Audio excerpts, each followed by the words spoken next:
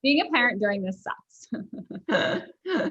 I love my children. I love the fact that I get to be home with them. I made that choice to be a stay-at-home parent. This was not what I signed up for as a stay-at-home parent. I can tell you that much.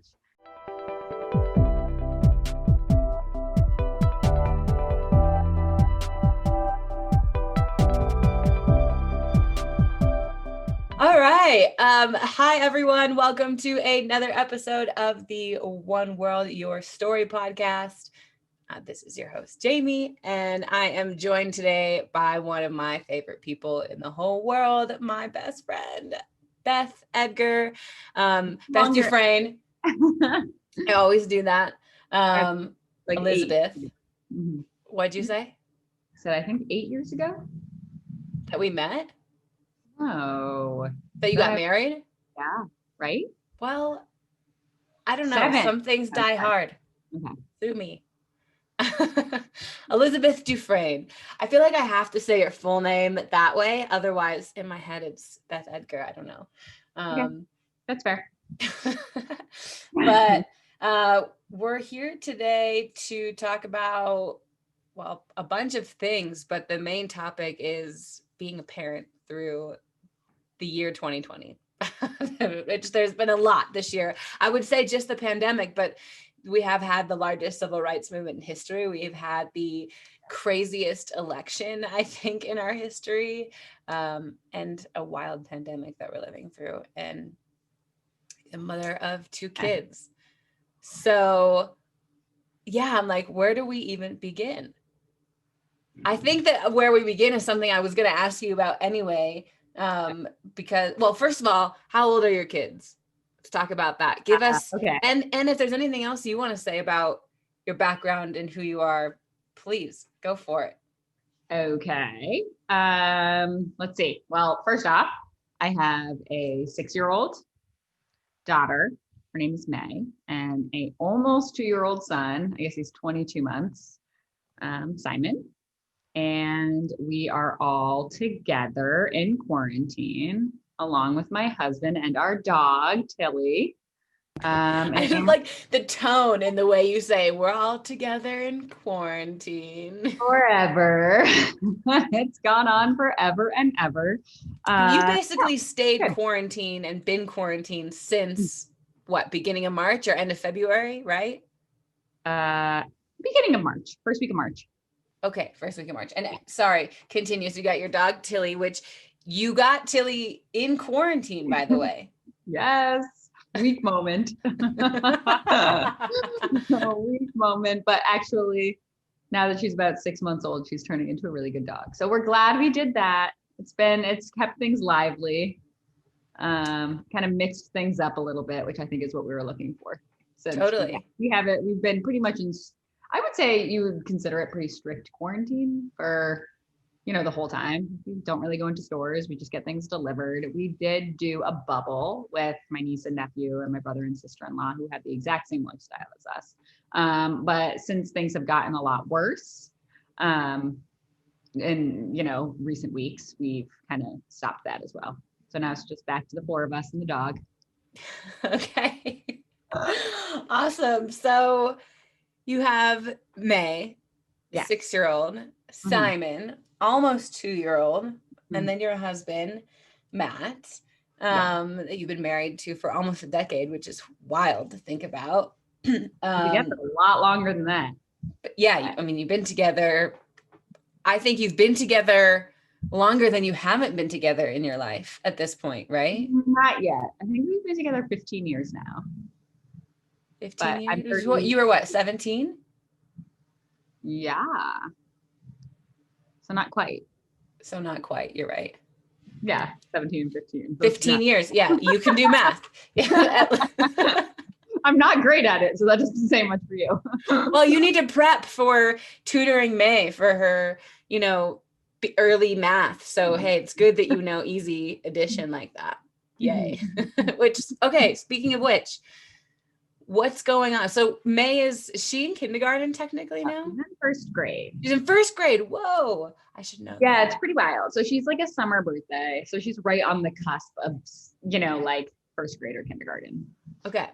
She did have kindergarten last year, so we moved her on to first grade for this interesting year. Okay, which we'll get into. And then you have Simon, who's 22 months, which this is where I was going to ask you this anyway, regardless of the fact that we're doing the podcast. But so you have this 22-month-old wild, I mean, and he, by the way, for those of you that don't know Simon or Beth, which is the majority of you, I mean, he looks like the Gerber baby almost. He's like the picture perfect, like chunky, cute little baby. And he's also wild, right? He's a tiny little monster. Yeah. Yeah. He is hilarious and he's so fun. And he's such a new addition to our dynamic. Because May is very, I wouldn't say she's like calm, but she's definitely not a wild child. She has an old soul. Yeah, she likes to chat and play pretend, and she would never like climb or jump off things or open cabinets she's not supposed to, and like things like that. So we have something very different on our hands. He's almost feral. He's insane. So, like how you start like talking about it kind of like, oh, it's okay, nice, and then you just end with he's feral. Let's just be real about it. Let's just be real. He's totally different than anything I ever expected. But not that I haven't seen kids just like him. I feel like it's the majority of, I don't know if it's fair to say the majority of boys and not girls, but the majority of boys in our family. But I feel like knowing you and Matt, I mean, you're pretty chill, calm human beings. Like, I think it's just surprising that you're, as you said, have said to me before, like, how'd you make this? Yeah.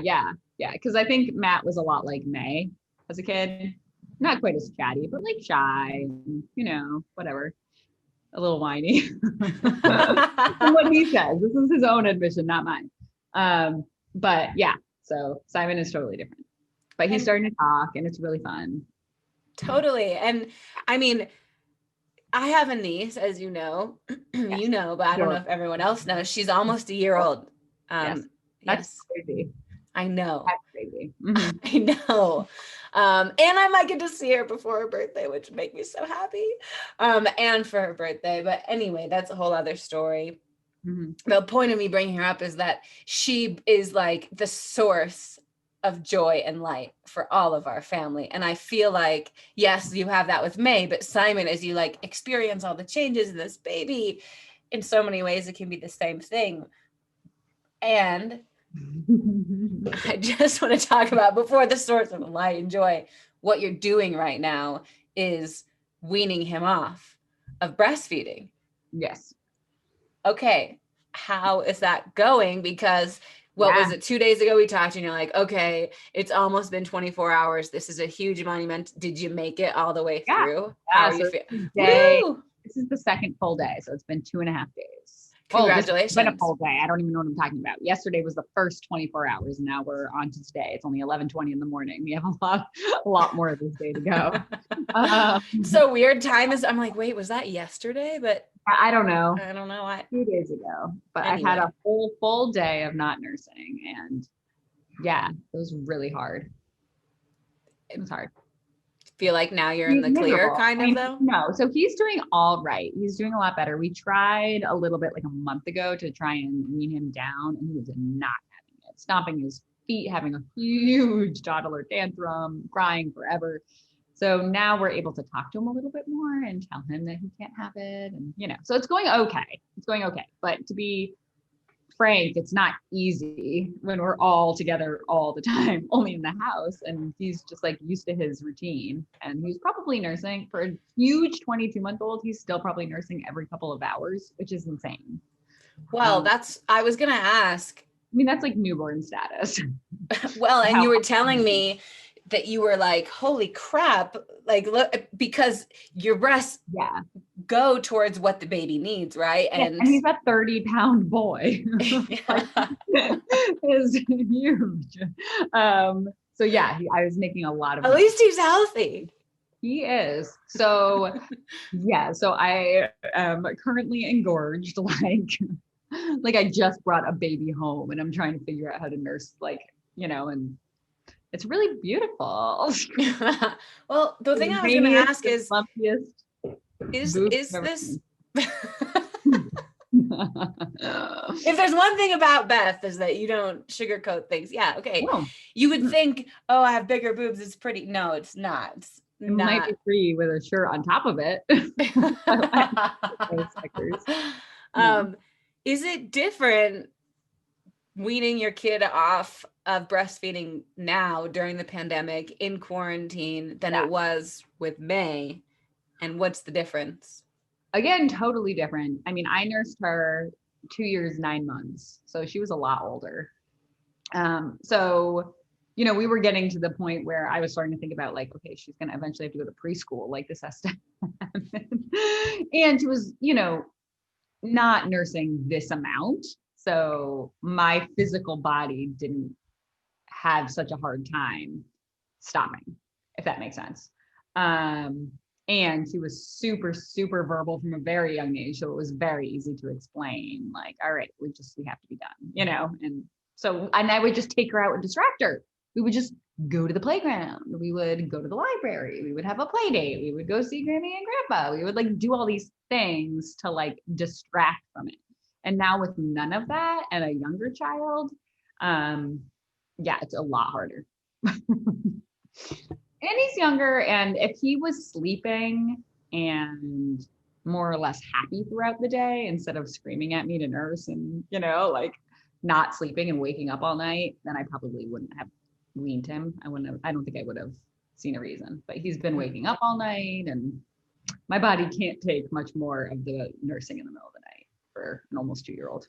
Yeah, I can imagine. And it's so weird because I remember with May, I'd call you and you'd be like, oh, I'm at the library or we're doing this. I feel like you would go see the Eric Carle thing a lot. Yeah. And it's literally, I mean, it's been a year, right? Almost that we've been in this. So, and Simon was basically a little over a year old. I mean, he's growing up. I mean, it's totally different, and routine is kind of really important. I mean, maybe that structure helps get through the day. I don't know. And so to have to adjust it during this kind of time. Anyone who has young kids knows that, like, okay, before nap time, you're going on an outing. It doesn't matter what your outing is. You're going to the grocery store. You're going to the library. You're like going somewhere to get yourself to nap time. You're doing something. Or like for Simon, I would be doing gymnastics class or swim class, or like we'd be doing things, filling our day, and they would be in school. And yeah, things would look a lot different. My anticipation. Would you call you would call yourself a stay-at-home mom before with May, right? Yeah, I mean, I worked when I was with her, but yeah. But more or less. Yeah. Oh, yeah. Yeah, I only worked on the weekends and stuff. So I was a stay-at-home mom with her. Yeah. The definition has changed a little bit now, wouldn't you say? Yeah. It's gotten wild. I mean, you're just everything. I mean, especially if you're being as kind of cautious as we are, which not everybody is, obviously. Like some people do have their kids in school or daycare, and some people have to go to work, So like, explain to me, or explain to all of us, if you don't mind, what does that look like for you guys? Part? Your life. You said you're strict. What is so, Matt's home.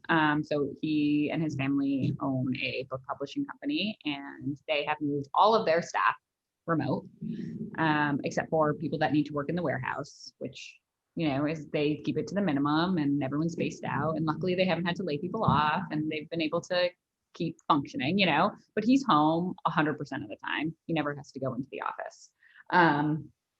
So he's home. He has his own home office, which is nice. And then May has school, but she has to do like a full day of school 5 days a week. And then we have a crazy toddler running around. Oh, and by the way, I forgot to add that we also have dropped his nap, even though he's not even 2 yet, because his sleep is just going so poorly at night. So he doesn't nap all day. So yeah, so all day, every day, it's just kind of, I don't know, just trying to get through. There's not really a very good schedule, to be honest, because Matt has meetings and May has class. So like we stick to her school schedule, and that's fine. But I also have a toddler running around. What is a full day of school? What are the hours? So it starts at, it's a little condensed for sure. So it starts at 8:45 instead of like a normal earlier time, I think. I don't know what it used to be. I can't even remember anymore. But, you know, she has like her morning meeting and then she has classes, but we're fortunate in the sense that they are doing live instruction for some of the day. I know that a lot of people, if they choose to stay remote, they have to basically do everything themselves or just watch recorded lessons and parents need to teach. So not that I don't have to, but she does still get about, I don't know, 30-minute classes, I think like 3 of them a day that are on Zoom live with a teacher. And she has small groups. It's about 5 of them in her group that's being taught. And then like their full morning meeting has like 10 kids. And then they And break.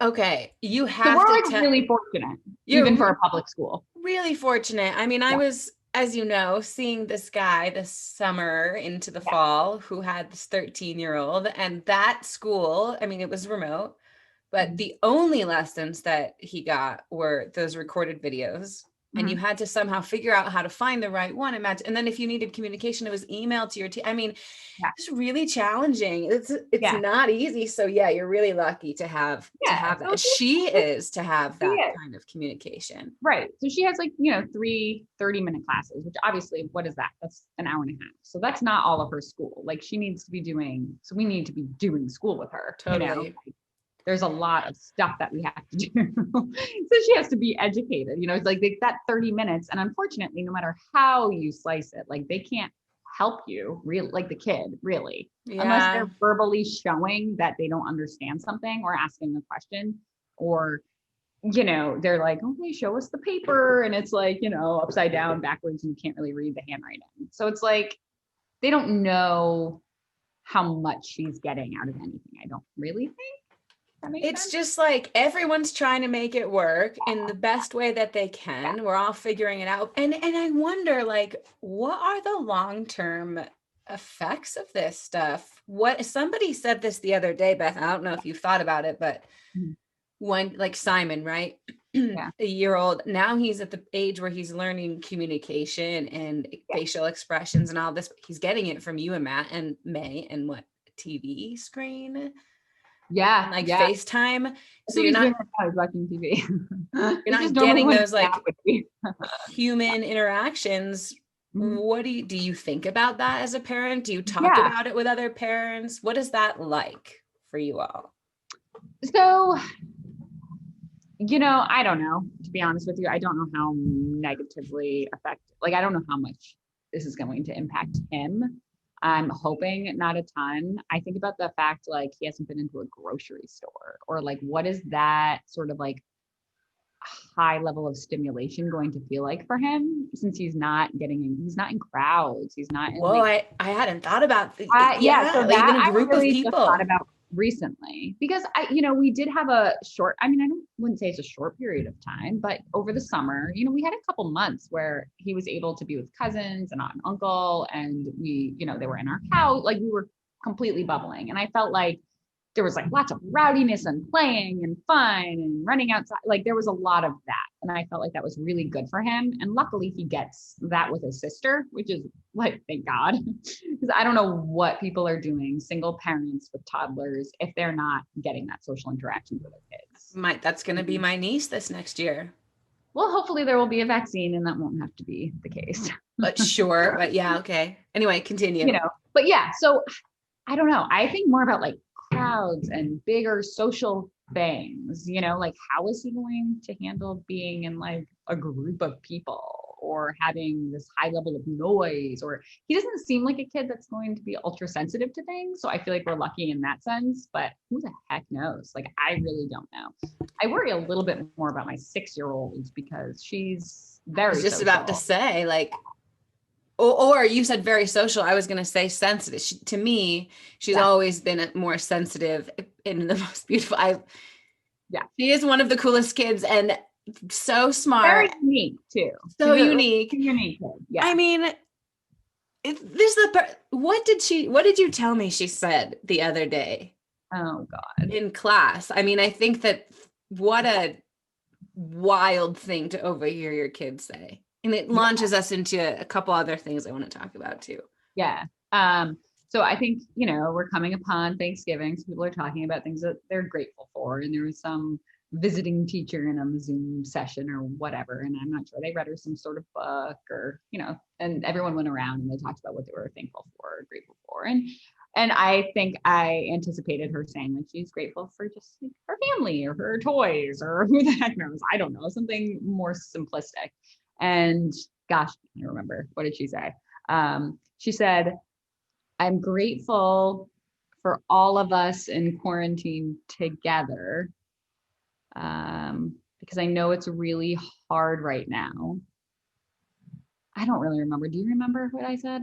I know it's really hard right now, but we're all doing the right thing by staying home and taking care of each other, or something like that. It was something that I was shocked, because she was expressing that she understood it was hard for like everybody, but that we were doing the right thing. And she was grateful for people doing it. Yeah, it was literally like she got that it was hard. Yeah. She got that how lucky she was to be able to have this group that she had and to be together during quarantine, but staying home was the right and safe thing to do as a 6-year-old. Yeah, we can't convince adults to understand at all. Yeah, it's crazy.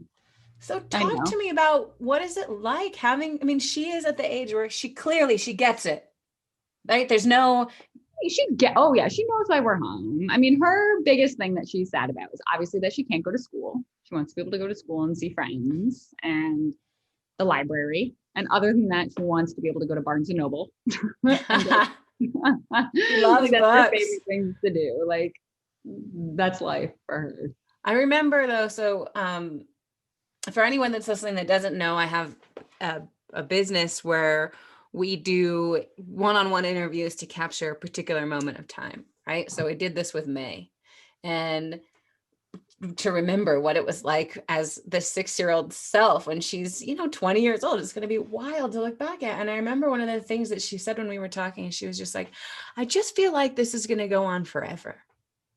Yeah, well, I mean, for her, how much of her life it's already been. Well, and I remember like time, and every year it was like dramatically, you could be like, whoa, like this summer felt so much shorter. Now it's like kind of everything just goes by fast, but time felt, and time is an illusion. Like it is this made up concept, truly. Right. But yeah, it does feel like one day is a year. What kinds of conversations do you have with her? And I ask that because I think about the things I have to tell myself. I have 1,000 million unanswered questions. Mm-hmm. Then you have a kid that has 1,000 more. Yeah. The way in which they ask them. How do you provide answers right now?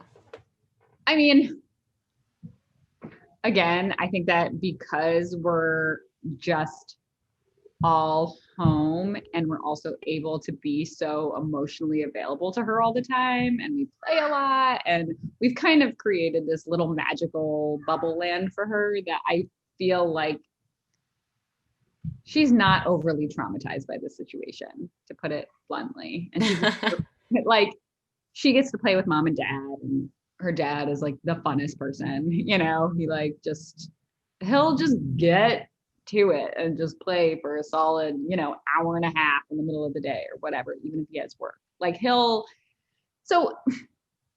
we answer that. She asks, how long is this going to go on? And I'm like, I don't know, until we get a vaccine, and we talk about the flu shot and what that feels like. And when it's available, we'll get it. And eventually we'll be able to go back into the world. And just being honest. That I'm just being honest. And she's like, has mixed feelings about that. She's like, well, I really don't like shots. Maybe I'll just stay here. So I feel like, of course she said that. I do feel like we are giving her, for shutting her life down so much, which that in and of itself is a really challenging thing to do. And you don't know if you're making the right decision in general, like, am I protecting her, or am I just harming her by not letting her experience more? Maybe is that not the standard basic question of every parent, every situation, though? That's not unique to this. Right. I don't know. think I'm not a parent, so I don't know. yeah. I mean, I think it's magnified in the sense that like, you know, that there's activities that are good and healthy. Like, you know, going to the playground and getting exercise and interacting with other kids. Like, I'm doing the right thing by bringing my kid to a playground, even if the risk is there that they could fall and get hurt, you know? But the pandemic adds 1,000 other layers to that. Add something else that is just so different, right? I'm risking her health and safety. I'm risking my babies. Yeah, I know kids aren't dying by the dozens. We can see that, but they also don't know, right? The long-term health effects of this at all for children. And we'll see in the coming years what's happening to people. And I just don't want my kids to be the ones that have long-term health consequences from it. Who does? And if you keep your kids home, you're doing the right thing for other people's safety as well. Also, less kids in the classroom in general is safer for a teacher. So, I mean, you can kind of justify it in a lot of ways, but at the end of the day, you're still wondering, is this the healthiest choice for my kid? Or are masks really as effective as everyone seems to say? And should I be letting them wear a mask and go run wild with other kids? I don't know. I don't know the answer. Well, I think that's the hard thing with this year is that there's been no definitive right or wrong answer. I think we can know definitively wear a mask. Like that just, it's not going to hurt you, but it probably will help you, right? Wear a mask. Other than that, I don't know. Yeah. And I think that the problem is that they do have a lot of information about social isolation and what that does to young developing. Well, right? We are literal social. We're social beings. Enough. Yeah. Yeah. I don't know. Whatever. I think that you talked about how May isn't suffering, right? Like she has it kind of made. Let's not be shy to acknowledge the privilege that you all have and the fact that 100%. Like, you don't have to work full time. Nope. Matt's working, but he can take an hour and a half break. And that's really nice. Not all parents have that. Most parents do not have it. I do believe that we have a luxury to make the decision to keep our kids home and to do it this way. Yeah. And by the way, that is what it is. And I just wanted to call, and hi, Simon. We've been talking about you. You want to go get some trucks? No. Okay.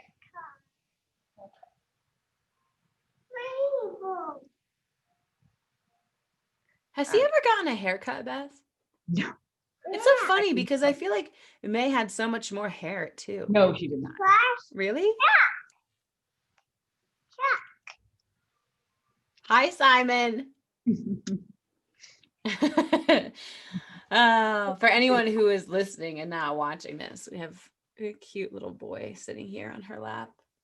He is very cute. Now, okay, so what I was going to ask you anyway, and him sitting on your lap and is perfect because as I feel like I've kind of been leaning towards the heavier side of the coin here in terms of being a parent, but the reality is this is so precious. You are lucky, talk about privilege, in that you got to spend with May. You did work, like you said, but you were home a lot. You got to see all these milestones, which a lot of parents now are experiencing because they have to work from home.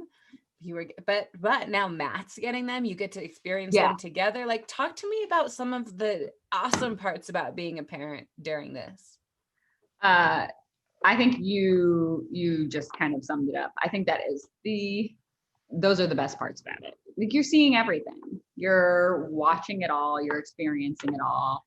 We're watching May be a big sister and how they interact. And, normally at this time, May would be spending a lot of time out of the house. She would be at school all day. She'd have activities. And not that they wouldn't spend a lot of time together, I'm not saying that, but you fill your day with things. And so I would have a lot of one-on-one time with him, but I think that we wouldn't see their interaction quite so obviously. He's just playing with trucks. So I think that's probably the major thing that's really fun to see. And Matt's just like in awe of the things that he's able to witness, for sure. Because he didn't get that with May. No. And granted, again, he was home a lot. He was able to work from home sometimes. He's kind of one of those fortunate people. This is going to be really bad for your sound quality. But yeah, so I would say that is the best part about it. And it's forcing us to just like slow down by a lot. I didn't realize how stressful it actually is I knew how stressful it was, don't get me wrong, but getting ready for school every morning and getting ready to leave the house and get in the car and drive to school and all this stuff. It's a lot of just getting things done, and stressing out and running around. You don't have any of that. Like over the summer, a beehive ruined Matt's tires of his car because we just didn't go anywhere. I can't hear you. I had put myself on mute because I'm trying to make the sound better. I'm laughing. I see you laughing and I was like, uh-oh. But so like we haven't, it's just us and we're kind of enjoying it. I can imagine why you're enjoying it. And I mean, it's enjoying it sometimes. And sometimes it's just like, I wish we had Grammy to watch the kids for an hour. Like I want somebody to just come and let me go shower, come over and let Matt and I like get something done around the house. With just May, it would be a different story, but with a 22-month-old, you can't get anything done. Yeah, totally. No napping and, it's just, they're long days. They're very long days. I am everything. I'm their source of entertainment. I'm their cook, their cleaners, their everything, What about you? Well, that's the thing. Like, there's no, I feel like I don't have the outlets anymore either, which is really hard. I used to go to the gym a lot, as you know, and get out and see friends, and just, it's not happening. So, yeah, stressful. It's just, fun and stressful and weird. Totally. And I think, even me I have no responsibilities other than to myself, which is an immense privilege. I feel like I don't have the outlets that I usually would, right? And give me a minute. Okay. Here's something. You want this? Are you tired? What do you want, baby? Oh my gosh, you're just seeing me just going with his hands in his head in his hands. Do you want to sit on my lap? Okay. Want to snuggle? Oh, so cute.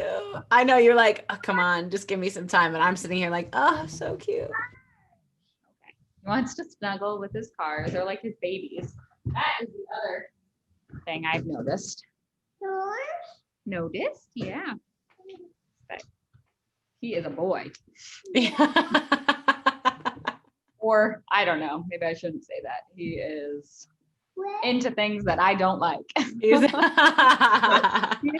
little human. Thank you for being inclusive. Yeah. So I don't think it's fair to say that.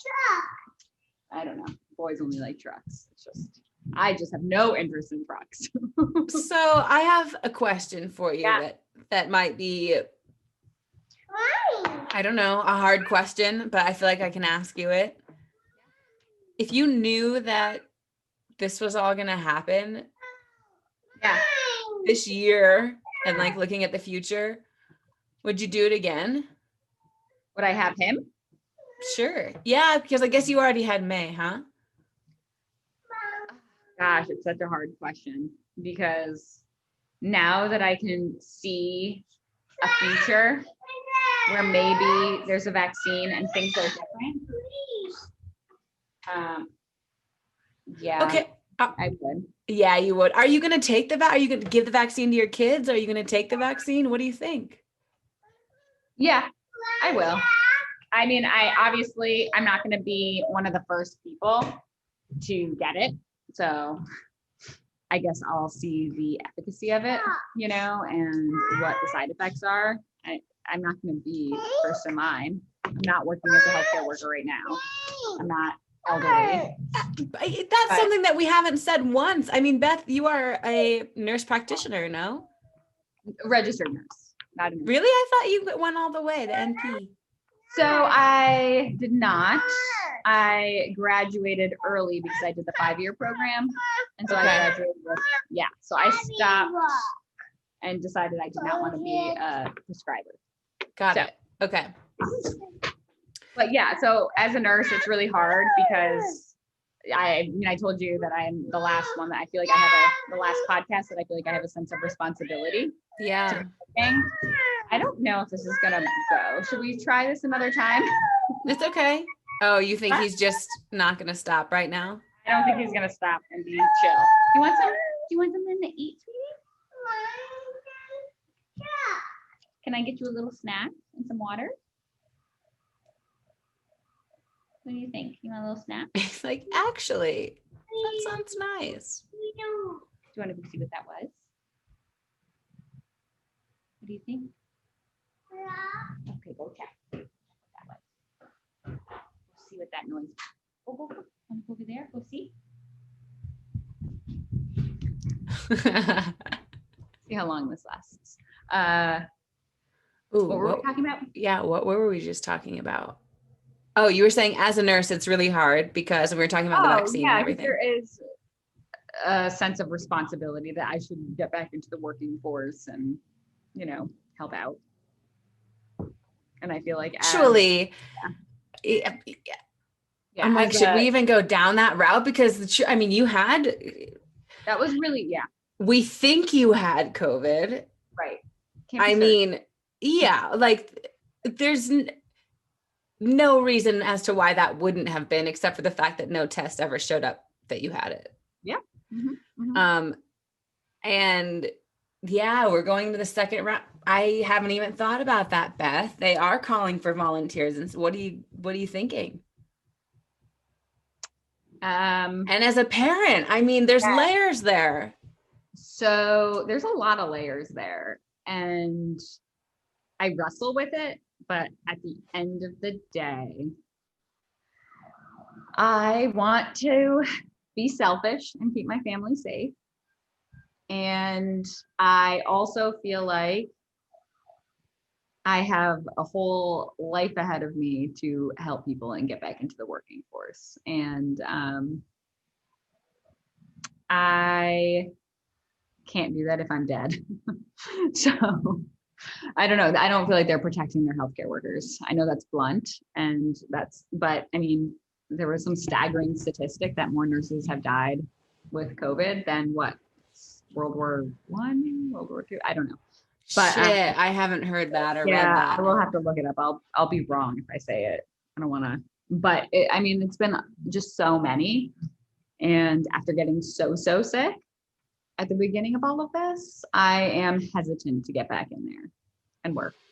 And I do feel a sense of responsibility as an ER nurse for somebody who I feel like I have the training to help, and I'm choosing not to, which is hard to say out loud. I know, I'm sitting here like, I don't even know what to say back to you right now. Yeah, it's really hard. It's a really hard decision to make. But, I wasn't working when this started, and it's not like I left a job. It's that I am not trying to go to a job, and realistically, it's like, okay, selfishly, as your best friend, I'm like, yeah, no, don't go to work. And your fan, like, of course, like, I get it. I totally get it, blah, blah, blah. And at the same time, I don't get it at all. Mm-hmm. When you hear about the fact that, like, in North Dakota, for example, they're having the nurses continue working when they test positive and they're asymptomatic. It's that dire. And then you're sitting here being like, well, I don't need to. I could, but I don't need to. That almost makes me angry, if I'm being honest with you. Yeah. And I also really get it. Wow. You're also saying to me, okay, fly to a COVID hotspot and stay there away from your family that needs you to help with school, help with caretaking. I'm not saying that. No, I'm just saying, like, everybody could be doing more. Everybody. Everybody could be doing more. And Everyone why could should it fall on you just because you anything. happen to have done that 10 years ago? Yeah. Why should that fall on you? I don't know. It's like you didn't go to school or a doctor. It's like a lot of people say that. I didn't sign up for this, period. And I just think that's because you a happen to lot be of, like, yeah. yeah, I don't know. I don't know. And that's like, it's the same thing. I'm an American. We're at war. Why don't I volunteer? I could. I'm perfectly healthy. It's the same concept. It is, and it's not. I mean, I'm not justifying my decision because I struggle with it every day. And if you weren't a parent, would it be different? Oh, if I weren't a parent? Yeah. Oh, yeah. Since that's what we're talking about anyway. Oh, that's the theme of the podcast. Hands down, I would be doing it. I mean, so it's because of the kids. Yeah. Yeah. I get that. Oh, absolutely. But that's why I'm not working, is because of kids. You know what I mean? Like, that is the reason. But yep. Hold on a second. Yes, May, what's up? Oh, she's stuck. Hold on.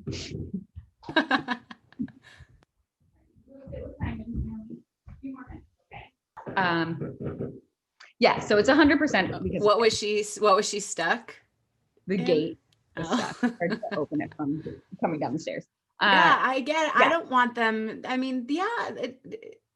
But like, that's why I'm not working, is right. because I have small people to take care of. Right. You had already made that decision. I had made that decision. So that was kind of the reason that I'm not working in general. But before that, working during very intense circumstances, like, that was what drove me. It was what I enjoyed. Yeah, I mean, you worked through the bombing when we were in school. No, it was after school, but the marathon in Boston.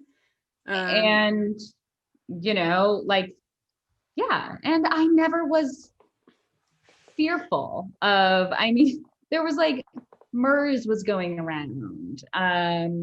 Not SARS. I wasn't working during SARS, but like, there was always, like, working in Boston and being in the front line and working in emergency room, there was always that risk of coming in contact with some, especially people that would fly across the world and get dropped off, at Logan and then come over to Mass General. Like, and you would get all sorts of things. You are a fear of mine was getting. No, it's funny because you are. How do I say this? You are unbelievably, like, strong in the face of danger, I would say, and intensity, because you had to be. I mean, the things that you would tell me about in the hospital in the ER, I'm like, I couldn't do that. At the same time, in regular life, I feel like you can be more anxious and fearful than a lot of people I know. Yeah. But hey, me too. But it's like, really, when it comes down to it, you are tough as males, truly. And like, I'm the one that calls you sometimes and I'm like, and you're like, no, this is what it is. You kind of have to put on a face. Do you think that when you became a parent, because I'm like, okay, living through this pandemic, and you know me, like, I've been I've gone through some weird things, luckily nothing that hard, but even like losing my dog, I mean, I'm pretty mentally, like, I feel like healthy. This year has been the hardest for me. Yeah. Oh yeah. Does having kids make, like, do you just feel like you have to be stronger? Did that happen when you became a parent, period? I mean, does it make a difference? No. I think so I think everybody as a younger adult, or if you're on your own, maybe this changes as you get older, I just don't know. There was a level of invincibility for me, even though I'm cautious and I know things happen. Like, I've seen it in my own family, with other families and work. Like, bad things happen, and they don't just happen to other people. I guess maybe I did know that from a young age, that horrific things can happen, tragic things can happen, and they don't just happen to other people, which I don't think that everyone learns. A lot of people learn that at a younger age, but not everybody, And I think that's what drove me into nursing. And then it was very empowering to become a nurse that felt like you could actually change traumatic situations, that like you could do something, right? When somebody comes in with a trauma, or when somebody comes in and they're having difficulty breathing, like there's things you can do. It's an empowering thing to know you can actually help. And so all those things were great. And I would almost get adrenaline rushes, and I felt like this is what I was made to do. And then I had kids. Whoa, And interesting. I've never heard you describe it in that way. yeah, like code situations It or makes things sense. like, but then I would also say that having just like conversations with the little old lady that came in for no reason was really, really wonderful too. Like there were lots of different parts of nursing that was so great. It was such a great it was just a good social outlet, and you felt like you were making a difference all the time. Now, cut to having children where you were worried about their own health. Like when I first had May and we had concerns about her growth and development. I mean, it completely shifted my whole life in the sense that I didn't want high stress. I had enough high stress. I didn't want to go and have that stress, worry, and anxiety that kind of gets you to be like really good at your job in a high paced, stressful environment. Like you're always living with a level of anxiety. And I think that anxiety makes you good at it. But when you have anxiety at home and you have caretaking at home and you have stress there, it never stops, and it feels like too much. Yeah. I felt overloaded by caretaking and anxiety and worry and stress. And I felt like I wasn't doing a very good job at any of my jobs, if that makes sense. Yeah, you were depleted. I was depleted emotionally and physically, right? I'm breastfeeding. I'm not sleeping. I have a baby that I'm concerned about. And then I have to go into work and be concerned about everybody else. And it was taking a physical, emotional, and mental toll on me, which is what made me, and it led to the decision to stop. And I think I remember that now that you're, yeah, if I went back into nursing now, I would say, okay, I have these skills and I'm going to help with the pandemic. But if I'm being honest with myself, like if I go back into nursing, it's not going to be for something like that. It's going to be a much and if you think about my own well-being. Totally. And because if you think about what you just described and what depleted you, and you hear about what's going on. I mean, you come home after a shift right now, like you can't be there for your family. How could you?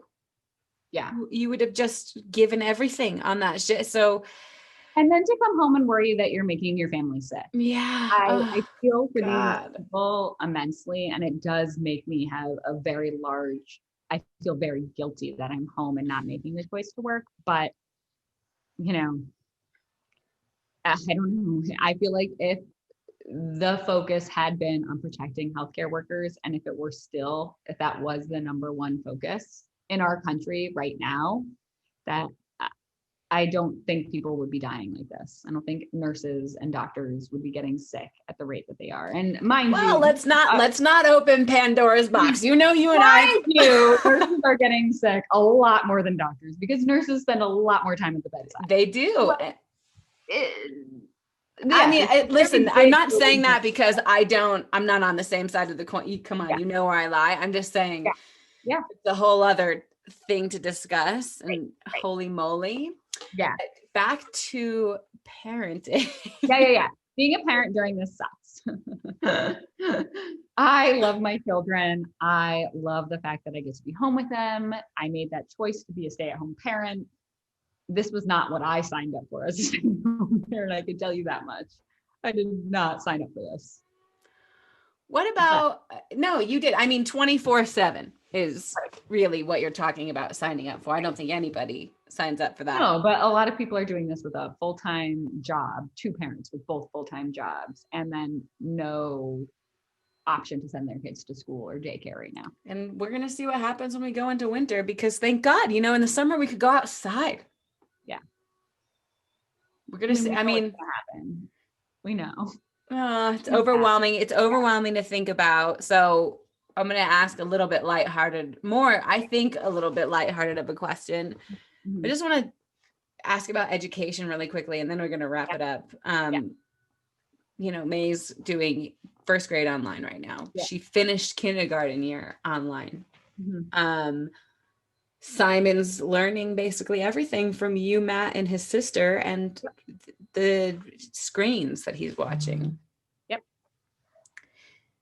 And I'm like, okay, half the stuff that I think we learned in school was irrelevant anyway, and there were way more practical things we could have learned, because I'm like, yeah, okay, I ask you the long-term impacts of not being social, but I'm just curious, like, do you think that we're going to change in our classrooms? And I know May's kind of in a different type of school anyway, but will we just change what they're going to be learning and need to learn? Do you think that is it already impacting May? I mean, what about that? Because the jobs, by the way, that we're going to need to create are going to be wildly different anyway. I mean, yeah. So yeah. Oh, I don't know how to answer that. I know. I'm like, talk about opening Pandora's box. That was a loaded question. Yeah, but I don't know how to answer that, because honestly, I think all parents can see right now that online schooling is not, it's not going well. I think all parents can agree on that aspect of it, that kids were not meant to learn just from videos or from screens, and that technology is having a hard time catching up at this rate. Especially education in general. Educational materials have always been behind the times, to be frank, like old workbooks and very wasteful, like lots of copies of lots of things. And, but I think that a lot of people, myself included, felt like limiting screen time, limiting and delaying the skills needed to use computers or iPads, and that we were making the right choice. And now here we are thinking, oh my gosh, like if my, like now I'm teaching my 6-year-old how to use a laptop and a trackpad and toggling between screens. Like she never was allowed to use an iPad unless we were traveling. So she has some very, very, very limited knowledge of how to use anything. So now here I am thinking, oh God, what did I do? Okay, that's really weird to think about. Yeah. So then there you are. And now all I can think of is, okay, when this is over, I don't ever want her doing another online class. Right. So it's like you're kind of going between back and forth between what, yeah. I mean, and for a kid like May, who loves to read, she is struggling reading books on the screen with a teacher, like it's just not, yeah, it's hard. It's hard. I think it's hard for everybody. And I don't think the curriculum has changed. I just think it's, as of right now, I just think it's worse. It's just not, they're just not getting what they need, kids. No, and that's what I think, like, yeah. I think this is going to be a last year for a lot of kids. I think a lot of kids are going to be behind in school. I think a lot of kids aren't going to get the fundamentals, especially you're looking at like what I'm looking at, like a first and second grader. I think they're going to struggle. I mean, that's when you're learning to read, you're learning to do math, you're learning to write. Without all of that, I don't know what, we are very involved parents helping. I don't know what other people are doing. Gosh, yeah, it's going to be, I guess, one day at a time is really all we can do, right? So one day at a time. I know you keep asking me lighthearted questions and I keep being doom and gloom. No, it's okay. That wasn't lighthearted necessarily at all. I knew it wasn't, just interesting. And that could be education as a whole other topic to talk about. But okay, thank you for sharing all of this. I want to end on 2 questions. The first is there anything that I didn't ask you that you think is important that you want to share or say about being a parent of 2 young kids during this time? Yogurt. What did he say? You want yogurt? Uh-huh. I'll give you some yogurt. Is there anything you didn't ask about being? No, I think you covered it. It's exhausting and it's brutal, and there's really wonderful parts about it. Like I'm seeing my kids more. Everybody is, and we're all slowing down. I think is like the biggest takeaway for me. That's what I was going to ask. The last question is, what's been the absolute best thing about all of this? Oh, realizing I don't want to travel to school every day. I don't want to drive a half hour to my kid's school. She's going to the local public school. Hold on a second. We'll finish our last thought. Let me get it right. Okay, go ahead. I think that one thing that probably a lot of parents are going to kind of realize is the importance of opening up your life to maybe more play dates, more, okay, like, I don't really know these people. Who cares? Let's go play outside. Like, you guys want to come over? Like, let's just have social interaction and just enjoy it.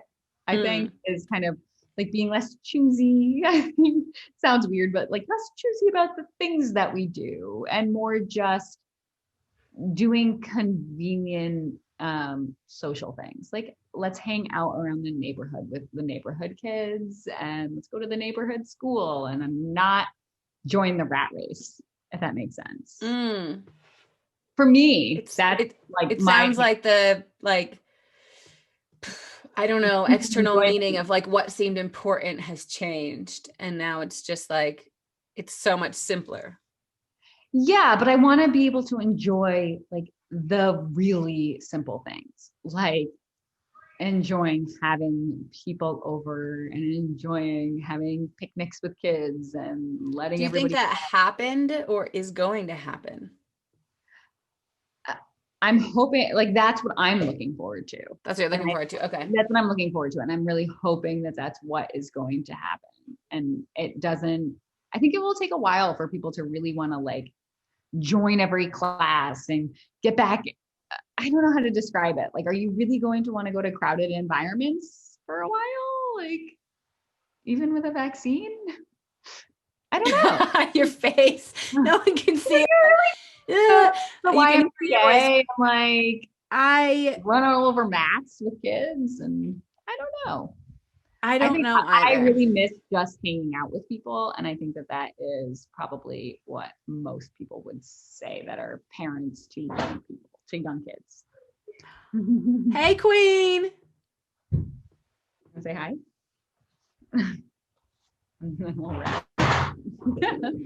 Hi. How are you? Good. What's going on? What you been up to? You don't know? She's shrugging her shoulders. I don't know what's going on. Do you want to tell Jamie one thing about what is weird about being here in quarantine? Like, what is something that you miss? Okay. All right, let's hear it. I have a very favorite spot to go. And my very favorite spot to go is probably Panera. Oh, Panera. Your favorite spot to go is Panera. After? Wow. Oh, normally before we go to Panera, we normally go to Barnes and Noble and get some new books. You know what's funny is your mommy told me that's your favorite place to go. Yeah, just a little while ago. So you missed that? Yeah, yeah. What about going to school? Not as much as Barnes and Noble. Okay. I have a different question. What's been your favorite part of being in quarantine? That my dad doesn't have to go to the office to work all day and work. That's awesome. And so he doesn't even have to even work. What's Dad doing right now? Dad, he went to the warehouse and he skateboarded in there. Cool. He sounds pretty awesome, I would say. Is he? Yeah. Yeah. All right, Beth. Skateboard in the garage. Here's a skateboard ramp. That is so cool. I love it. It's like yes, it's a ramp. It's all right. That's all I got for you. Is there anything else that you want to say, Beth? Nope. Stay healthy, stay safe. I love you. I love you too. Stay home. Keep being an awesome parent. May, you're lucky to have such an awesome mama. Don't you know that? Do you know that? Yeah. Yeah. I'm just All kidding, right. Jill. I have another Bye. Thank you. Love you. Thank you so much for listening to this episode of the One World, Your Story podcast. If you enjoyed hearing this story and you wish to hear more, make sure you subscribe to us on iTunes and YouTube. And of course, follow us on Instagram at OneWorldYourStory. From all of us here at the One World, Your Story podcast, we are sending you so much joy and love. Have a wonderful rest of your day.